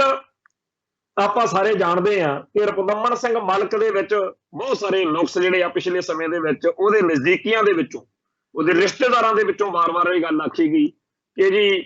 ਇਹ ਤਾਂ ਇੰਡੀਅਨ ਸਟੇਟ ਨਾਲ ਮਿਲ ਕੇ ਚੱਲਦਾ, ਇਹ ਤਾਂ ਰਾਹ ਵਾਲਿਆਂ ਨਾਲ ਸੈੱਟ ਹੋ ਗਿਆ। ਤੇ ਉਹਨੇ ਵੀ ਇੱਥੇ ਜਦੋਂ ਪਿੱਛੇ ਜੇ ਆ ਕੇ ਗਿਆ, ਉਦੋਂ ਇੱਥੇ ਬੈਠ ਕੇ ਉਹਨੇ ਜਿਹੜੀਆਂ ਨੇਗੀਆਂ ਪ੍ਰੈਸ ਕਾਨਫਰੰਸਾਂ, ਪ੍ਰੈਸ ਵਾਲਿਆਂ ਨਾਲ ਮੁਲਾਕਾਤਾਂ ਕੀਤੀਆਂ ਨੇ। ਤੇ ਇਹ ਜਿਹੜਾ ਸਾਰਾ ਕੁਝ ਹੋਇਆ ਹੈ, ਇਸ ਗੱਲ ਤੋਂ ਆਪਾਂ ਮੁੱਕਰ ਨਹੀਂ ਸਕਦੇ। ਔਰ ਇਹ ਗੱਲ ਉਹਨੇ ਹੀ ਸਪਸ਼ਟ ਕਰਨੀ ਸੀ ਕਿ ਇੱਕ ਪਾਸੇ ਉਹ ਕੌਮੀ ਦਰਦ ਰੱਖਣ ਵਾਲਾ, ਪੰਥ ਤੇ ਪੰਜਾਬ ਲਈ ਤਤਪਰ ਰਹਿਣ ਵਾਲਾ, ਸਿੱਖੀ ਦੀ ਚੜ੍ਹਦੀ ਕਲਾ ਲੋਚਣ ਵਾਲਾ ਰਪਦਮਨ ਸਿੰਘ ਮਲਕ, ਜਿਹਦੇ ਦਸਤਾਰ, ਦਾੜਾ, ਉਹਦਾ ਪਹਿਰਾਵਾ, ਉਹਦੀ ਦਿੱਖ, ਇੱਥੇ ਉੱਪਰ ਦਸਤਾਰ ਤੇ ਜਿਸ ਤਰੀਕੇ ਨਾਲ ਵੱਡਾ ਖੰਡਾ ਕਿਰਪਾਨ ਲਾਇਆ ਹੁੰਦਾ, ਇੱਕ ਤਾਂ ਉਹ ਰਪਦਮਨ ਸਿੰਘ ਮਲਕ ਦਾ ਅਕਸ ਆ। ਦੂਜੇ ਪਾਸੇ ਉਹਦੇ ਉੱਤੇ ਇਹ ਦੋਸ਼ ਕਿ ਜੀ ਇਹਨੇ ਇੰਡੀਅਨ ਏਜੰਸੀਆਂ ਨਾਲ ਤਾਲਮੇਲ ਬਣਾ ਕੇ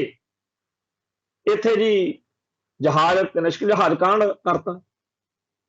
ਇਸ ਹਕੀਕਤ ਉਹਨੂੰ ਖੁਦ ਨੂੰ ਪਤਾ ਸੀ। ਸਭ ਤੋਂ ਵਧੀਆ ਜਵਾਬ ਉਹ ਖੁਦ ਦੇ ਸਕਦਾ ਸੀ ਕਿ ਇਹ ਕੀ ਚੀਜ਼। ਪਰ ਜਿਹੜੀ ਗੱਲ ਸਿੱਖ ਜਿਹੜੇ ਸੀ ਉਹਨਾਂ ਦੇ ਮਨ 'ਚ ਨਹੀਂ ਸੀ ਵੱਜਦੀ, ਲੱਗਦੀ ਨਹੀਂ ਸੀ ਉਹਨਾਂ ਨੂੰ, ਦਿਲ ਨੂੰ ਇਹ ਪ੍ਰਵਾਨ ਨਹੀਂ ਸੀ ਹੋ ਰਹੀ ਕਿ ਰਪਦਮਨ ਸਿੰਘ ਮਲਕ ਨੇ ਜਹਾਜ਼ ਕਾਂਡ ਨਹੀਂ ਕੀਤਾ ਹੋਣਾ, ਏਜੰਸੀਆਂ ਨਾਲ ਵੀ ਮਿਲਿਆ ਹੋਣਾ। ਉਹ ਗੱਲ ਉਹਦੇ ਆਖਰੀ ਜਿਹੜਾ ਆਹ ਲਾਈਫ ਦਾ ਦੌਰ ਆ ਇਹਦੇ 'ਚ ਲੰਗੀ ਹੋ ਗਈ। ਉਹਦੇ ਰਿਸ਼ਤੇਦਾਰਾਂ ਨੇ ਤਾਂ ਹੁਣ ਵੀਡੀਓਜ਼ ਬਣਾ ਕੇ ਪਿਛਲੇ ਸਮੇਂ 'ਚ ਸਾਰਾ ਕੁਝ ਹੀ ਕਹਿਤਾ ਕਿ ਇਹ ਕੋਈ ਪਹਿਲੀ ਵਾਰ ਥੋੜੀ ਆਇਆ ਵਾ ਵੀ ਕਾਲੀ ਸੂਚੀ 'ਚੋਂ ਨਾਂ ਕੱਢਤਾ ਤੇ ਹੁਣ ਆਉਣ ਲੱਗਿਆ, ਉਹ ਤਾਂ ਪਹਿਲਾਂ ਵੀ ਆਉਂਦਾ ਸੀ ਇੱਥੇ। ਸੋ ਰਪਦਮਨ ਸਿੰਘ ਮਲਕ ਦੇ ਜੀਵਨ ਦੇ ਅੱਡ-ਅੱਡ ਪੜਾਅ ਨੇ ਤੇ ਅੱਡ-ਅੱਡ ਹੀ ਉਹਦੀ ਪਰਸਨੈਲਿਟੀ ਉੱਭਰਦੀ। ਇੱਕ ਵੇਲਾ ਉਹਦਾ ਉਹ ਆ ਜਦੋਂ ਉਹ ਸਿੱਖੀ ਲਈ, ਪੰਥ ਲਈ ਤਤਪਰ ਹੈ, ਜਦੋਂ ਉਹ ਭਾਈ ਤਲਵਿੰਦਰ ਸਿੰਘ ਪਰਮਾਰ ਵਰਗਿਆਂ ਨਾਲ ਮੇਲ ਮਿਲਾਪ ਕਰਦਾ, ਜਦੋਂ ਉਹ ਸਿੱਖ ਸੰਘਰਸ਼ ਨੂੰ ਮਜ਼ਬੂਤ ਕਰਨ ਲਈ ਹਰ ਤਰ੍ਹਾਂ ਨਾਲ ਸਰਗਰਮ ਸੇਵਾ 'ਚ ਹਾਜ਼ਰ। ਇੱਕ ਦੌਰ ਫਿਰ ਉਹਦਾ ਉਹ ਵੀ ਆ ਜਦੋਂ ਉਹ ਬੱਬਰ ਖਾਲਸਾ ਜਾਂ ਅਖੰਡ ਕੀਰਤਨੀ ਜਥੇ ਦੇ ਨਾਲੋਂ ਭਾਰਤੀ ਖੁਫੀਆ ਏਜੰਸੀਆਂ ਨਾਲ ਮੇਲ ਮਿਲਾਪ ਰੱਖਣ 'ਚ ਜ਼ਿਆਦਾ ਤਰਜੀਹ ਦਿੰਦਾ, ਜ਼ਿਆਦਾ ਉਧਰਲੇ ਪਾਸੇ ਭੁਗਤਦਾ। ਸੋ ਇਸ ਤਰ੍ਹਾਂ ਦੇ ਕਈ ਪੱਖਾਂ ਵਾਲੇ, ਕਈ ਚਿਹਰਿਆਂ ਵਾਲੇ, ਕਈ ਮੋੜ ਘੋੜਾਂ ਵਾਲੀ ਜ਼ਿੰਦਗੀ ਜਿਉਣ ਵਾਲੇ ਬੰਦੇ ਬਾਰੇ ਇੱਕ ਝਟਕੇ ਨਾਲ ਉਹਨੂੰ ਪੰਥਕ ਕਹਿਣਾ ਓਨਾ ਹੀ ਔਖਾ ਜਿੰਨਾ ਮਤਲਬ ਕਿ ਇਸ ਗੱਲ ਨੂੰ ਇਹ ਝੂਠ ਮੰਨਣਾ ਕਿ ਨਹੀਂ ਜੀ ਉਹਦਾ ਕਿਸੇ ਏਜੰਸੀ ਨਾਲ ਮੇਲ ਜੋਲ ਨਹੀਂ ਸੀ, ਕਿਉਂਕਿ ਇਹ ਗੱਲ ਸਾਰੀ ਦੁਨੀਆ ਦੇ ਵਿੱਚ ਸਪਸ਼ਟ ਹੋ ਚੁੱਕੀ ਆ, ਇਹ ਸਾਰਿਆਂ ਨੂੰ ਹੀ ਪਤਾ। ਹੁਣ ਤਾਂ ਲੋਕ ਇੱਥੋਂ ਤੱਕ ਵੀ ਕਹਿੰਦੇ ਆ ਕਿ ਭਾਰਤੀ ਖੁਫੀਆ ਏਜੰਸੀਆਂ ਨੇ ਪਹਿਲਾਂ ਆਪ ਹੀ ਇਹ ਕਾਲਾ ਕਾਰਾ ਕਰਵਾਇਆ, ਜਿਹਦੇ ਵਿੱਚ ਰਪਦਮਨ ਸਿੰਘ ਮਲਕ ਤੇ ਹੋਰ ਸਿੱਖਾਂ ਨੂੰ ਬਦਨਾਮ ਕੀਤਾ ਔਰ ਉਹਨਾਂ ਨੂੰ ਫਸਾਉਣ ਦੇ ਲਈ ਪੂਰੇ ਦੇ ਪੂਰੇ ਪ੍ਰਬੰਧ ਕਰਤੇ ਕਿ ਇਹ ਫਸ ਜਾਣ ਤੇ ਅਸੀਂ ਇਹ 329 ਮੁਸਾਫਰ ਆ ਜਿਹੜੇ ਇਹਨਾਂ ਨੂੰ ਮਾਰ ਸੁੱਟੀਏ, ਜਿਵੇਂ ਜਾਪਾਨ 'ਚ ਵੀ ਇੱਕ ਕਾਂਡ ਹੋਇਆ। ਹੁਣ ਤਾਂ ਲੋਕ ਇੱਥੋਂ ਤੱਕ ਵੀ ਸੋਚਦੇ ਆ ਕਿ ਇਹਨਾਂ ਸਾਰਿਆਂ ਨੂੰ ਜਿਵੇਂ ਫਸਾ ਕੇ ਆਪ, ਜਿਵੇਂ ਮਲੂਆ ਕਸ਼ਮਧਰ ਦੀ ਕਿਤਾਬ ਵੀ ਆ ਗਈ ਆ, ਹੋਰ ਬਈ ਕਈ ਕਿਤਾਬਾਂ ਕਈ ਥਾਵਾਂ ਦੇ ਉੱਤੇ ਇਹ ਗੱਲ ਹੈਗੀ ਆ ਕਿ ਜਿਹੜੀ ਕੈਨੇਡਾ ਦੀ ਅੰਬੈਸੀ ਸੀ ਉੱਥੇ ਬੰਦੇ ਸੀਗੇ ਜਿਨ੍ਹਾਂ ਨੇ ਇਹ ਕਾਰਾ ਕਰਾਇਆ, ਤੇ ਇਹ ਕਾਰਾ ਕਰਾਉਣ ਤੋਂ ਬਾਅਦ ਫਸਾ ਦਿੱਤਾ ਸਿੱਖਾਂ ਨੂੰ, ਕਿਉਂਕਿ ਸਾਰੇ ਸੰਸਾਰ ਦੇ ਵਿੱਚ ਉਸ ਮੌਕੇ 1984 ਦੇ ਵਿੱਚ ਨਵੰਬਰ ਮਹੀਨੇ ਤੇ ਜੂਨ ਮਹੀਨੇ 'ਚ ਜੋ ਸਾਡੇ ਨਾਲ ਇੱਥੇ ਹੋਇਆ, ਸਾਡੀ ਨਸਲਕੁਸ਼ੀ, ਉਹਦੇ ਕਰਕੇ ਸਾਰੇ ਸੰਸਾਰ ਦੇ ਵਿੱਚ ਹਰ ਮੁਲਕ ਦੇ ਵਿੱਚ ਸਾਡੇ ਪ੍ਰਤੀ ਹਮਦਰਦੀ ਸੀ। ਤੇ ਜਦੋਂ ਇੰਡੀਅਨ ਏਜੰਸੀ ਨੈਟਵਰਕ ਨੇ ਕੈਨੇਡਾ ਦੀ ਅੰਬੈਸੀ ਦੇ ਰਾਹੀਂ ਇਹ ਕਾਰਾ ਕਰ ਦਿੱਤਾ, ਉਦੋਂ ਬਾਅਦ ਵਿੱਚ ਮੱਲੋ ਮੱਲੀ ਹਰ ਮੁਲਕ ਦੇ ਲੋਕਾਂ ਨੇ ਸੋਚਣਾ ਸੀਗਾ ਕਿ ਇਹ ਤਾਂ ਬੇਦੋਸ਼ੇ ਲੋਕਾਂ ਨੂੰ ਮਾਰਦੇ ਫਿਰਦੇ ਆ, ਤਾਂ ਬੜੇ ਮਾੜੇ ਬੰਦੇ, ਇਹ ਤਾਂ ਗਲਤ ਬੰਦੇ। ਤਾਂ ਉਸ ਤੋਂ ਅਗਲੀ ਗੱਲ ਇਹ ਕਿ ਜਦੋਂ ਆਪਾਂ ਨੂੰ ਸਭ ਨੂੰ ਹੀ ਪਤਾ ਹੈ ਕਿ ਇਹ ਇੰਡੀਅਨ ਏਜੰਸੀ ਨੈਟਵਰਕ ਦਾ ਕੰਮ ਆ, ਤਾਂ ਫਿਰ ਰਪਦਮਨ ਸਿੰਘ ਮਲਕ ਨੂੰ ਉਹਨਾਂ ਹੀ ਇੰਡੀਅਨ ਏਜੰਸੀਆਂ ਨਾਲ ਮੇਲ ਮਿਲਾਪ ਰੱਖਣ ਦੀ ਆਖਰੀ ਉਮਰੇ ਕੀ ਲੋੜ ਸੀ, ਕੀ ਬਿਰਤਾ ਪਈ ਹੋਈ ਸੀ, ਕੀ ਘਰਾੜੀ 'ਚ ਬਾਹੀ ਸੀ। ਕਾਰਨ ਜਿਹੜੇ ਮਰਜ਼ੀ ਹੋਣ, ਚਾਹੇ ਉਹ ਬਲੈਕਮੇਲ ਹੋ ਕੇ ਇਹਨਾਂ ਨਾਲ ਮੇਲ ਮਿਲਾਪ ਰੱਖਿਆ, ਚਾਹੇ ਉਹਨੇ ਆਪਦੇ ਸਵਾਰਥਾਂ ਕਰਕੇ ਰੱਖਿਆ, ਪਰ ਉਸ ਬੰਦੇ ਨੇ ਆਪਦੀ ਜਿਹੜੀ ਜ਼ਿੰਦਗੀ ਆ, ਆਪਦੀ ਸਾਰੀ ਜਿਹੜੀ ਕਮਾਈ ਆ, ਉਹਦੇ ਸਾਹਮਣੇ ਸਵਾਲੀਆ ਨਿਸ਼ਾਨ ਵੀ ਲਵਾ ਲਿਆ ਤੇ ਕਲੰਕ ਵੀ ਲਵਾ ਲਿਆ। ਸੋ ਅਸੀਂ ਇਹ ਸਮਝਦੇ ਹਾਂ ਕਿ ਇੰਡੀਅਨ ਏਜੰਸੀਆਂ ਨੇ ਉਹਨੂੰ ਪੂਰਾ ਰੱਜ ਕੇ ਵਰਤਿਆ, ਫਿਰ ਟਿਸ਼ੂ ਪੇਪਰ ਵਾਂਗੂ ਭਗਾ ਕੇ ਮਾਰਿਆ, ਤੇ ਉਹਦੇ ਕਤਲ ਲਈ ਹੁਣ ਸਿੱਖਾਂ ਨੂੰ ਹੀ ਬਦਨਾਮ ਕੀਤਾ ਜਾ ਰਿਹਾ। ਸਾਡੀ ਉਹਦੇ ਕਤਲ ਨਾਲੋਂ ਇਸ ਗੱਲ ਦੀ ਚਿੰਤਾ ਵੱਧ ਹੈ ਕਿ ਇਸ ਗੱਲ ਲਈ ਹੁਣ, ਜਿਵੇਂ ਪਹਿਲਾਂ ਤਾਂ ਕ੍ਰਿਸ਼ਕ ਜਹਾਜ਼ ਕੱਢ ਲਈ ਸਿੱਖਾਂ ਨੂੰ ਇਹਨਾਂ ਨੇ ਟੰਗੀ ਰੱਖਿਆ, ਬਦਨਾਮ ਕਰੀ ਗਏ, ਹੁਣ ਤੱਕ ਬੜੇ ਲੋਕ ਆ ਜਿਹੜੇ ਹੁਣ ਵੀ ਕ੍ਰਿਸ਼ਕ ਜਹਾਜ਼ ਕਾਂਡ ਦੇ ਬਹਾਨੇ ਸਿੱਖਾਂ ਨੂੰ ਦੋਸ਼ੀ ਗਰਦਾਨਦੇ, ਤੇ ਹੁਣ ਰਪਦਮਨ ਮਲਕ ਦੇ ਕਤਲ ਲਈ ਵੀ ਸਿੱਖਾਂ ਨੂੰ ਹੀ ਦੋਸ਼ੀ ਇਹਨਾਂ ਨੇ ਮਰਵਾਤਾ। ਤੇ ਇੱਕ ਗੱਲ ਇੱਥੇ ਹੋਰ ਚੇਤੇ ਰੱਖਣ ਦੀ ਲੋੜ ਹੈ ਬਈ ਜਿਹੜਾ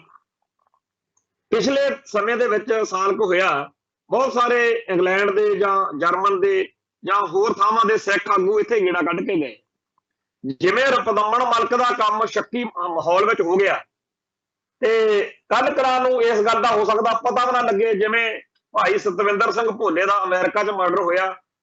4-5 ਸਾਲ ਹੋ ਗਏ, ਹੁਣ ਤੱਕ ਕੋਈ ਗੱਲ ਹੀ ਨਹੀਂ ਬਣੀ।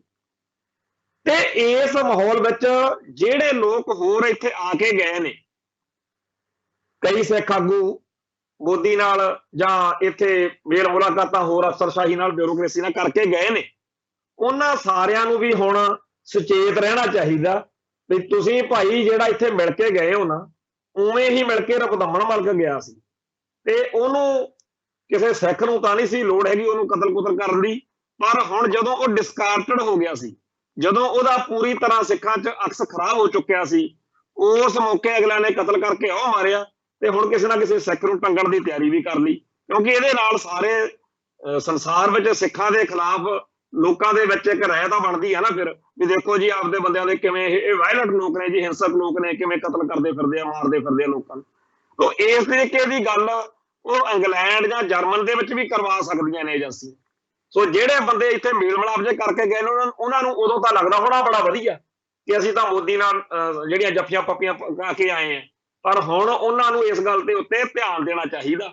ਮੈਂ ਇੱਥੇ ਪੰਜਾਬ 'ਚ ਬੈਠਾ, ਅੰਮ੍ਰਿਤਸਰ 'ਚ ਬੈਠਾ, ਤੇ ਮੈਂ ਇੱਥੋਂ ਬੈਠ ਕੇ ਇਹ ਗੱਲ ਕਹਿ ਸਕਦਾ ਕਿ ਚਾਹੇ ਭਾਰਤ ਵਿੱਚ ਨੇ ਤੇ ਚਾਹੇ ਭਾਰਤ ਤੋਂ ਬਾਹਰ ਨੇ, ਜਿਹੜੇ ਵੀ ਪੰਥਕ ਤੇ ਖਾਲਿਸਤਾਨੀ ਸਫਾਂ 'ਚ ਵਿਚਰਦੇ ਲੋਕ ਨੇ, ਉਹਨਾਂ ਨੂੰ ਆਪਦੀਆਂ ਸਫਾਂ ਦੇ ਵਿੱਚ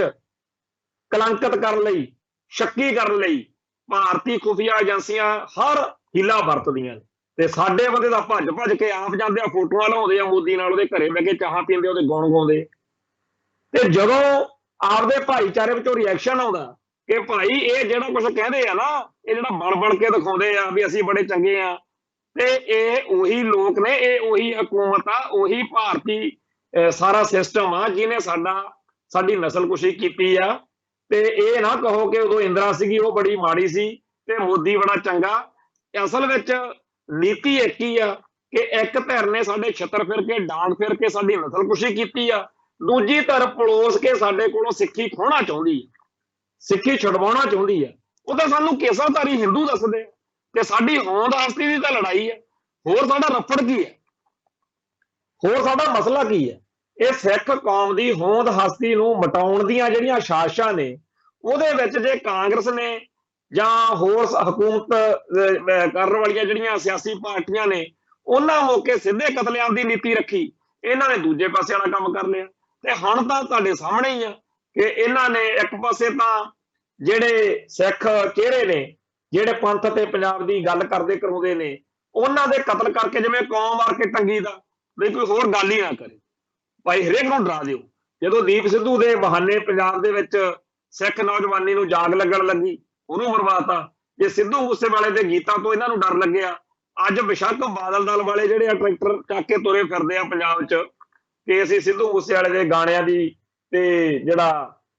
ਕੰਵਰ ਗਰੇਵਾਲ ਦੇ ਗਾਣੇ ਆ ਉਹ 'ਚ ਬੰਦੀ ਸਿੰਘਾਂ ਦੀ ਰਿਹਾਈ ਦੀ ਗੱਲ ਆ, ਪਰ ਇਹ ਤਾਂ ਸਾਰਿਆਂ ਨੂੰ ਹੀ ਪਤਾ ਵੀ ਜਿਵੇਂ ਕਾਂਗਰਸ ਨੇ ਕਸਰ ਕੋਈ ਨਹੀਂ ਛੱਡੀ, ਉਵੇਂ ਬਾਦਲ ਦਲ ਨੇ ਕਸਰ ਕੋਈ ਨਹੀਂ ਛੱਡੀ ਪੰਥ ਅਤੇ ਪੰਜਾਬ ਦੇ ਖਿਲਾਫ ਭੁਗਤਣ, ਖਾਸ ਤੌਰ ਤੇ ਸਿੱਖ ਸੰਘਰਸ਼। ਜਿਨ੍ਹਾਂ ਮੁੱਦਿਆਂ ਦੇ ਉੱਤੇ ਅੱਜ ਇਹ ਟਰੈਕਟਰ ਚੱਕੀ ਫਿਰਦੇ ਆ ਤੇਲ ਫੂਕਦੇ,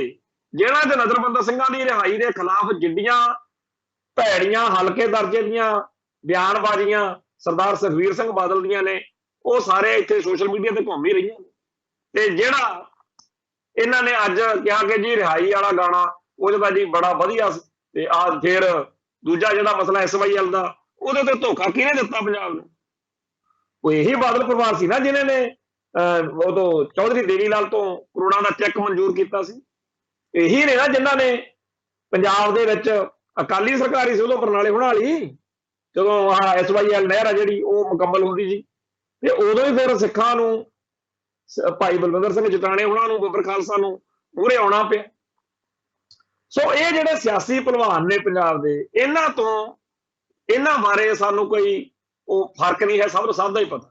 ਤੋ ਇਹ ਕਹਿਣਾ ਕਿ ਜੀ ਭਾਜਪਾ ਬੜੀ ਚੰਗੀ ਆ,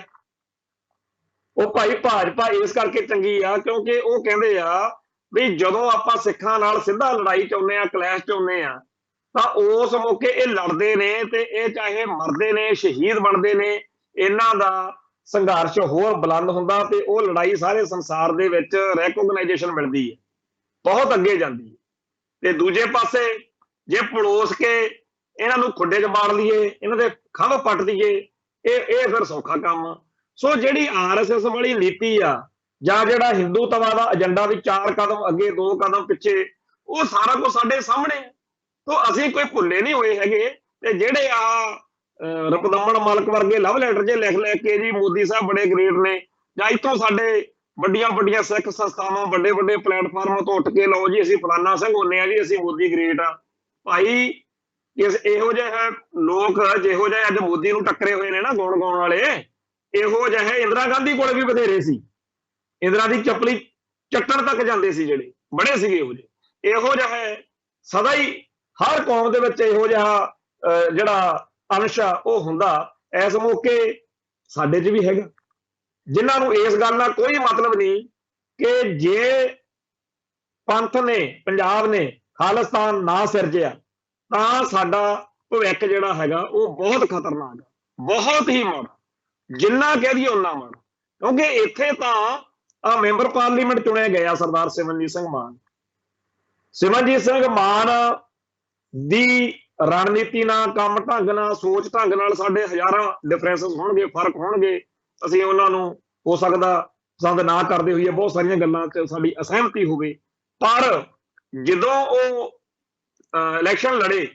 ਤਾਂ ਜਿੱਤੇ, ਤਾਂ ਉਸ ਮੌਕੇ ਪੰਥ ਦੋਖੀਆਂ ਦੀਆਂ, ਪੰਜਾਬ ਦੇ ਵੈਰੀਆਂ ਦੀਆਂ ਜਿਹੜੀਆਂ ਚੀਕਾਂ ਪਈਆਂ ਨੇ, ਉਹ ਤੋਂ ਸਪਸ਼ਟ ਵਾ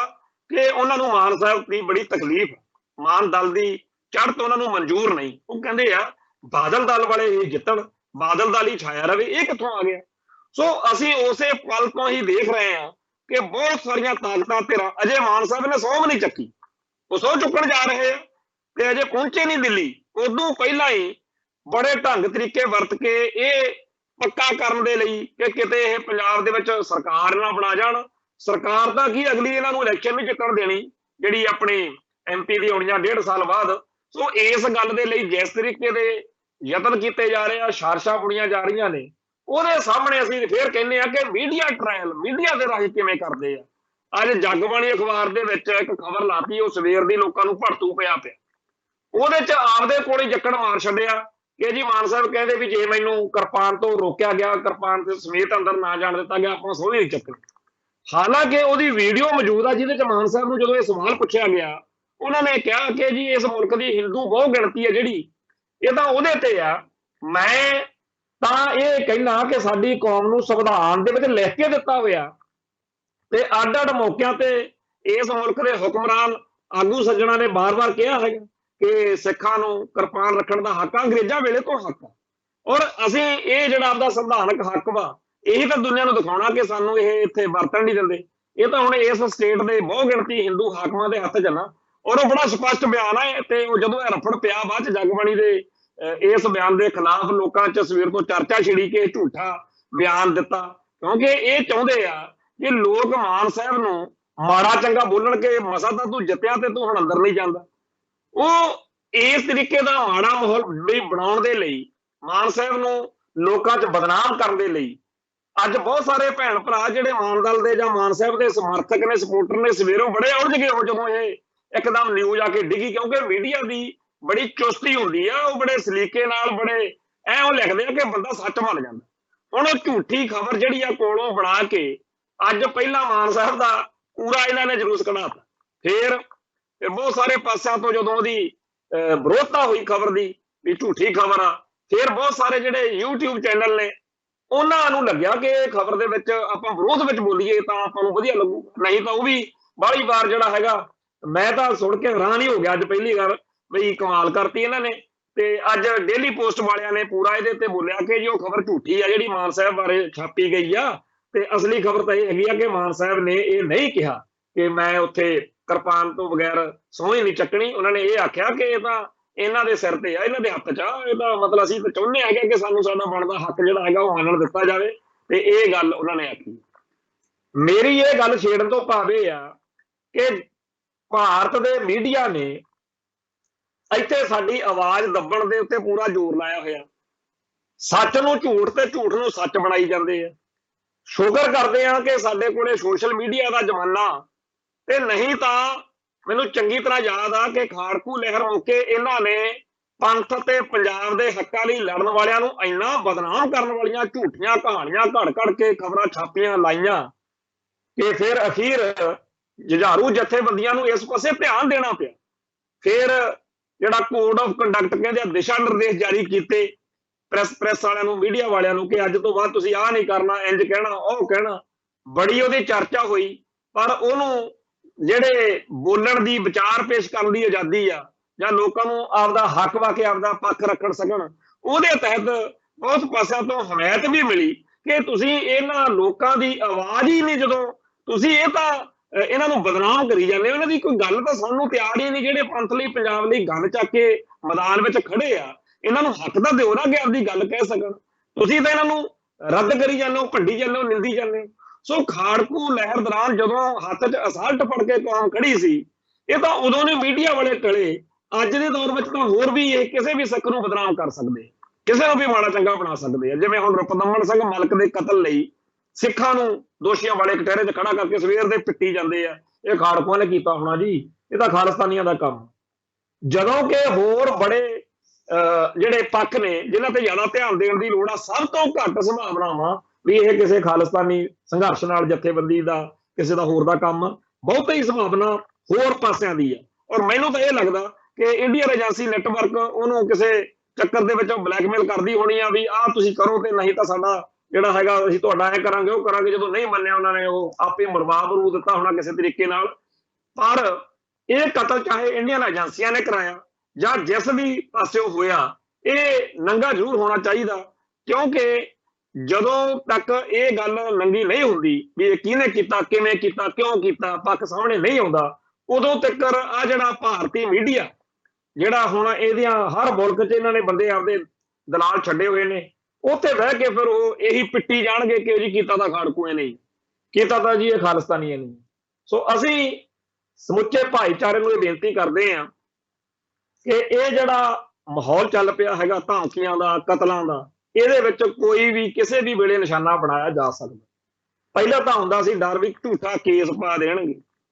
ਪਹਿਲਾਂ ਤਾਂ ਸਾਡੇ ਵਰਗਿਆਂ ਨੂੰ ਡਰ ਹੁੰਦਾ ਸੀ ਵੀ ਕੋਈ ਕਿਸੇ ਸਾਜ਼ਿਸ਼ ਦਾ ਸ਼ਿਕਾਰ ਨਾ ਹੋ ਜਾਈਏ, ਕੋਈ ਬਦਨਾਮੀ ਕਰ ਦੇਣ। ਪਿੱਛੇ ਜੇ ਇੱਥੇ ਸਾਡੇ ਖਾਲੜਾ ਸਾਹਿਬ ਵਾਲੀ ਟੀਮ ਦੇ ਇੱਕ ਵਕੀਲ ਸਾਹਿਬ ਸੀ ਸਾਡੇ, ਉਹਨਾਂ ਨੂੰ ਬਦਨਾਮ ਕਰਨ ਦੇ ਲਈ ਪੁਲਿਸ ਅਧਿਕਾਰੀਆਂ ਨੇ ਤੇ ਹੋਰ ਏਜੰਸੀਆਂ ਨੇ ਰਲ ਕੇ ਇੱਕ ਇੰਨੀ ਘਿਨਾਉਣੀ ਸਾਜ਼ਿਸ਼ ਰਚੀ ਕਿ ਬਾਅਦ ਵਿੱਚ ਭਾਵੇਂ ਉਹਨਾਂ ਨੂੰ ਹਰਜਾਨਾ ਵੀ ਦੇਣਾ ਪਿਆ ਅਫਸਰ ਸਟੇਟ ਸਿਸਟਮ ਨੂੰ, ਪਰ ਇੱਕ ਵਾਰੀ ਹਰੇਕ ਨੂੰ ਬੜੀ ਸ਼ਰਮ ਆਈ ਕਿ ਕਿੰਨੇ ਨੀਚ ਤਰ੍ਹਾਂ ਦੇ ਕੇਸ ਵਿੱਚ ਐਡੇ ਚੰਗੇ ਬੰਦੇ ਨੂੰ ਫਸਾ ਦਿੱਤਾ। ਸੋ ਅਸੀਂ ਹਰ ਵਕਤ ਇਸ ਗੱਲ ਦੀ ਦੁਹਾਈ ਦਿੰਦੇ ਆ ਕਿ ਇਸ ਮੁਲਕ ਦੇ ਵਿੱਚ ਸਿੱਖ ਸੁਰੱਖਿਅਤ ਨਹੀਂ, ਸਿੱਖੀ ਸੁਰੱਖਿਅਤ ਨਹੀਂ, ਤੇ ਹੁਣ ਤਾਂ ਸਾਰੇ ਸੰਸਾਰ ਵਿੱਚ ਬੈਠੇ ਹੋਏ ਸਿੱਖਾਂ ਨੂੰ, ਚਾਹੇ ਉਹ ਇਹਨਾਂ ਦੇ ਹਮਾਇਤੀ ਆ ਚਾਹੇ ਵਿਰੋਧੀ ਹੈ, ਉਹ ਕੋਈ ਵੀ ਸੁਰੱਖਿਅਤ ਨਹੀਂ ਹੈਗਾ। ਆ ਜਿਹੜੇ ਮਿਲ ਕੇ ਗਏ ਨੇ ਮੋਦੀ ਸਾਹਿਬ ਨੂੰ ਜੱਫੀਆਂ ਪਾ ਕੇ ਜਾਂ ਹੋਰਾਂ ਨੂੰ ਮਿਲ ਕੇ ਗਏ ਨੇ, ਉਹਨਾਂ ਸਾਰਿਆਂ ਨੂੰ ਸੁਚੇਤ ਰਹਿਣ ਦਾ ਹੋਕਾ ਦਿੰਦੇ ਆ ਵੀ ਭਾਈ ਰਪਦਮਣ ਮਲ ਕੇ ਇਹਨਾਂ ਨੇ ਮਰਵਾਇਆ ਲੱਗਦਾ, ਹੋਰ ਨਾ ਕੋਈ ਕੱਲ ਨੂੰ ਹੋਰ ਖਬਰ ਆ ਜਾਵੇ। ਸੋ ਇਸ ਕਰਕੇ ਅੱਜ ਦੇ ਇਸ ਪ੍ਰੋਗਰਾਮ ਦੇ ਰਾਹੀਂ ਜਿੱਥੇ ਅਸੀਂ ਇਹ ਕਹਿੰਦੇ ਆ ਕਿ ਰਪਦਮਣ ਸਿੰਘ ਮਲਕ ਨੇ ਆਪਦੀ ਜ਼ਿੰਦਗੀ ਦੇ ਵਿੱਚ ਬਹੁਤ ਖੇਡਾਂ ਖੇਡੀਆਂ ਤੇ ਉਹਨੇ ਏਜੰਸੀਆਂ ਨਾਲ ਮੇਲ ਮਿਲਾਪ ਰੱਖ ਕੇ ਜੋ ਕਲੰਕ ਖੱਟਿਆ, ਜਿਸ ਤਰੀਕੇ ਨਾਲ ਸਿੱਖ ਹਿੱਤਾਂ ਤੇ ਸਿੱਖ ਜਜ਼ਬਾਤਾਂ ਨੂੰ ਠੇਸ ਪਹੁੰਚਾਈ, ਉਹ ਇੰਨਾ ਗੱਲ ਅੱਗੇ ਵੱਧ ਗਈ ਸੀ ਕਿ ਉਹਦੇ ਕਤਲ ਦੇ ਮੌਕੇ ਜਿਹੋ ਜਿਹੀ ਹਮਦਰਦੀ, ਜਿਹੋ ਜਿਹੀ ਉਹਦੇ ਪ੍ਰਤੀ ਭਾਵਨਾ ਲੋਕਾਂ 'ਚ ਪ੍ਰਗਟ ਹੋਣੀ ਚਾਹੀਦੀ ਸੀ, ਉਹ ਨਹੀਂ ਹੋ ਸਕੀ, ਕਿਉਂਕਿ ਉਹਨੇ ਆਪ ਹੀ ਇਹ ਦਿਨ ਲਿਆਂਦੇ ਆ। ਕਿਸੇ ਮੌਕੇ ਉਹ ਕੌਮ ਦਾ, ਪੰਥ ਦਾ ਬੜਾ ਸਤਿਕਾਰ ਕਰਦਾ ਹੋਣਾ, ਪਿਆਰ ਲੈਂਦਾ ਹੋਣਾ, ਪਰ ਅੱਜ ਦੀ ਘੜੀ ਵਿੱਚ ਹਰੇਕ ਬੰਦਾ ਇਹ ਗੱਲ ਜਾਣਦਾ ਕਿ ਉਹਨੇ ਰਾਹ ਨਾਲ ਮਿਲਾਪ ਰੱਖਿਆ, ਉਹ ਮੋਦੀ ਉਹਨਾਂ ਨੂੰ ਮਿਲਦਾ ਰਿਹਾ, ਉਹਨੇ ਇੱਥੇ ਆ ਕੇ ਚੰਗਾ ਮਾੜਾ ਜੋ ਕੀਤਾ ਉਹਨੂੰ ਪਤਾ ਹੋਣਾ, ਪਰ ਉਹਦੀ ਮੇਲ ਮਿਲਾਪ ਨੇ ਉਹਦਾ ਅਕਸ ਸਦਾ ਸਦਾ ਲਈ ਖਰਾਬ ਕਰ ਦਿੱਤਾ ਸੀ। ਸੋ ਅੱਜ ਲਈ ਇੰਨਾ ਹੀ ਕਾਫੀ, ਫੇਰ ਮਿਲਾਂਗੇ ਜੀ। ਨਾਨਕ ਨਾਮ ਚੜ੍ਹਦੀ ਕਲਾ, ਤੇਰੇ ਭਾਣੇ ਸਰਬੱਤ ਦਾ ਭਲਾ। ਵਾਹਿਗੁਰੂ ਜੀ ਕਾ ਖਾਲਸਾ, ਵਾਹਿਗੁਰੂ ਜੀ ਕੀ ਫਤਿਹ।